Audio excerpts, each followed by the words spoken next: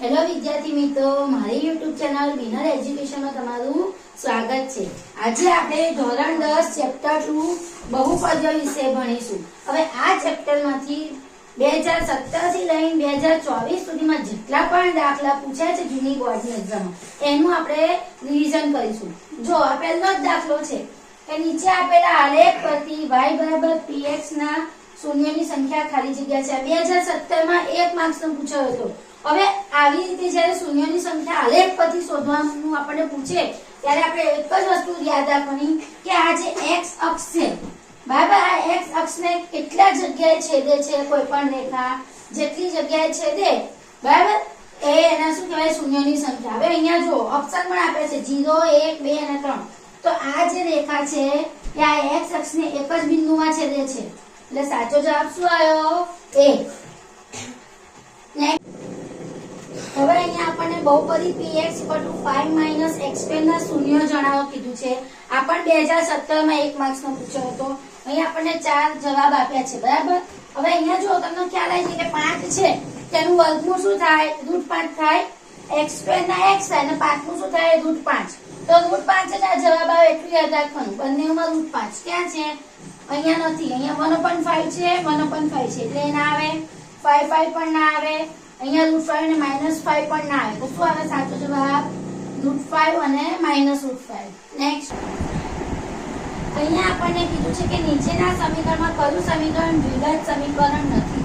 હવે દ્વિઘાત સમીકરણ છે આપણને તો આપણને ખબર છે ax² + bx + c = 0 એ દ્વિઘાત સમીકરણ છે અને એ પણ ના ખબર હોય તો 2 ઘાત હોય x ની દ્વિઘાત સમીકરણ। અહીંયા જો x ની 2 ઘાત છે એટલે આ છે, અહીંયા પણ x ની 2 ઘાત છે, અહીંયા પણ x ની 2 ઘાત છે જેને અહીંયા x ની 2 ઘાત નથી એટલે અહીંયા પુષ્ટિ કર્યું નથી તો શું જવાબ આવશે ઓપ્શન સી।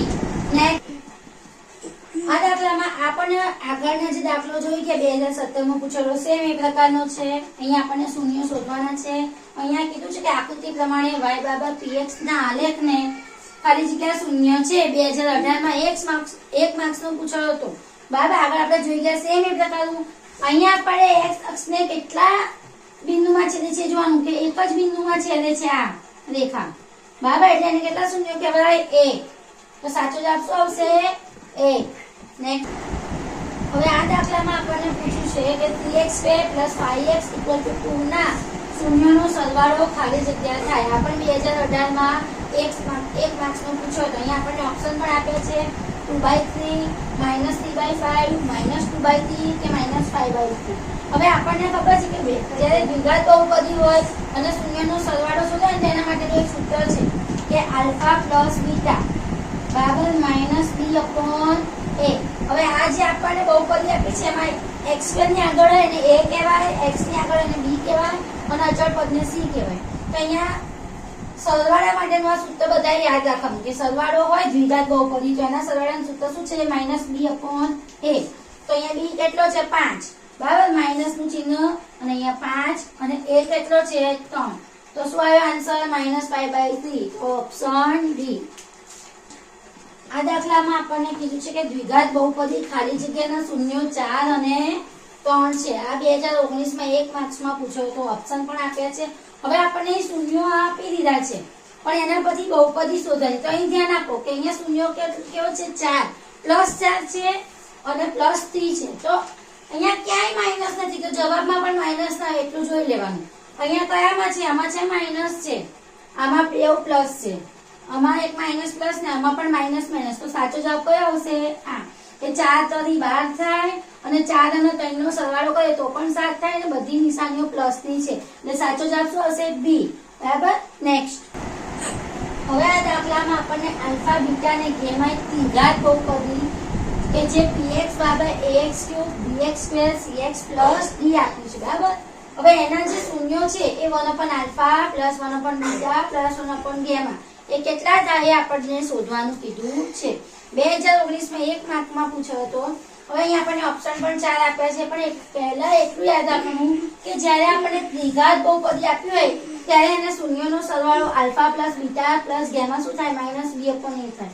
જો એનો ગુણાકાર પૂછ્યો આલ્ફા બીટા બીટા ગેમા કે ગેમા આલ્ફા તો શું થાય c/a થાય।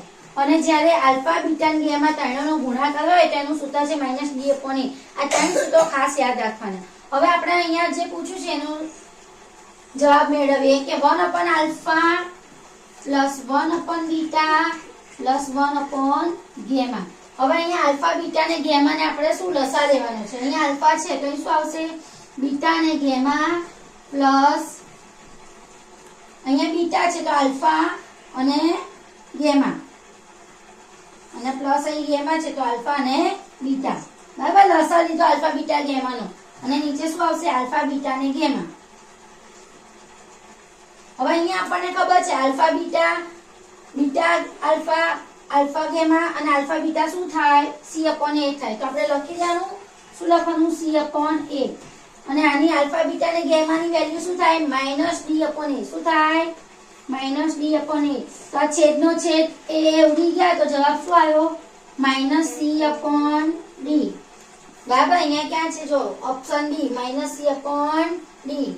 નેક્સ્ટ આ દાખલામાં આપણને શું કીધું છે કે px = x² + 9x + 14 ના શૂન્યો મેળવો તથા શૂન્યનો ગુણાકાર અને સરવાળો શોધો.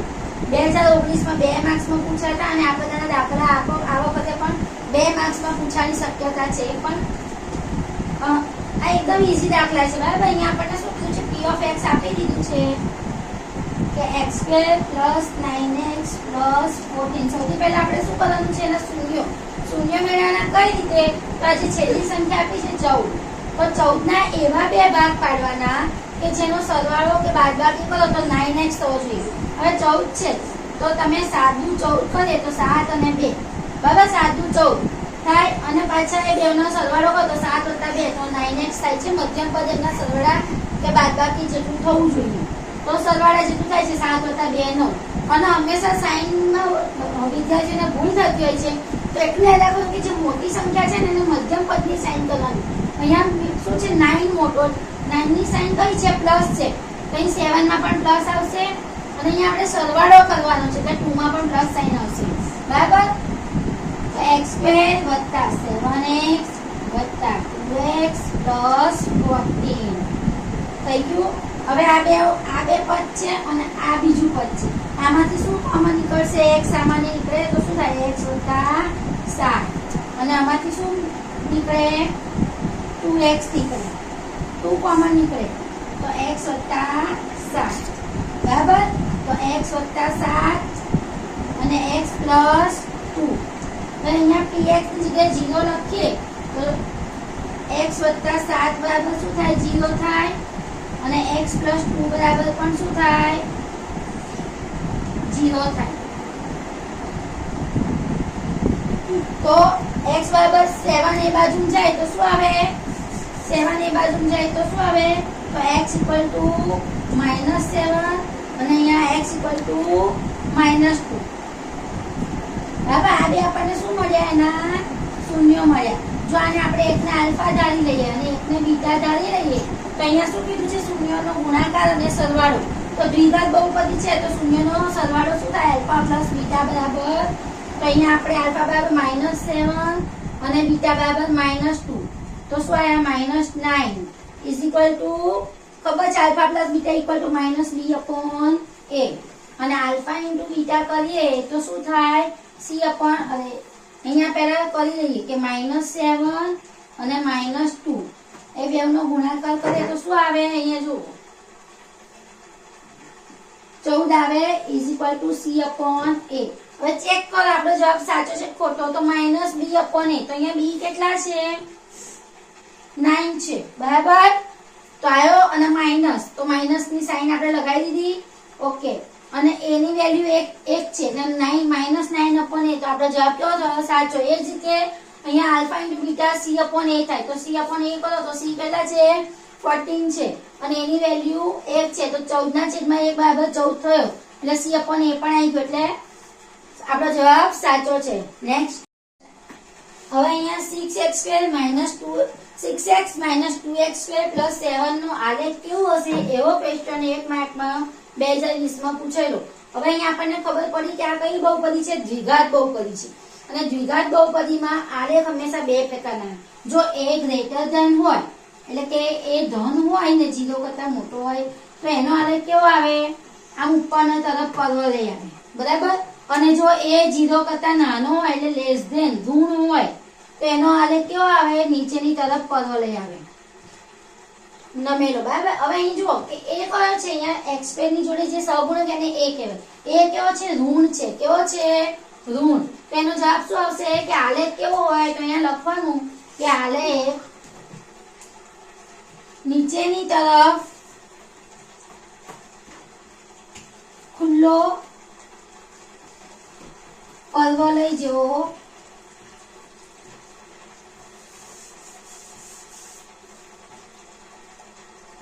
હોય, બરાબર. આ જે આપ્યો છે આપણને આ પ્રકારનો એનો આલેખ આવશે.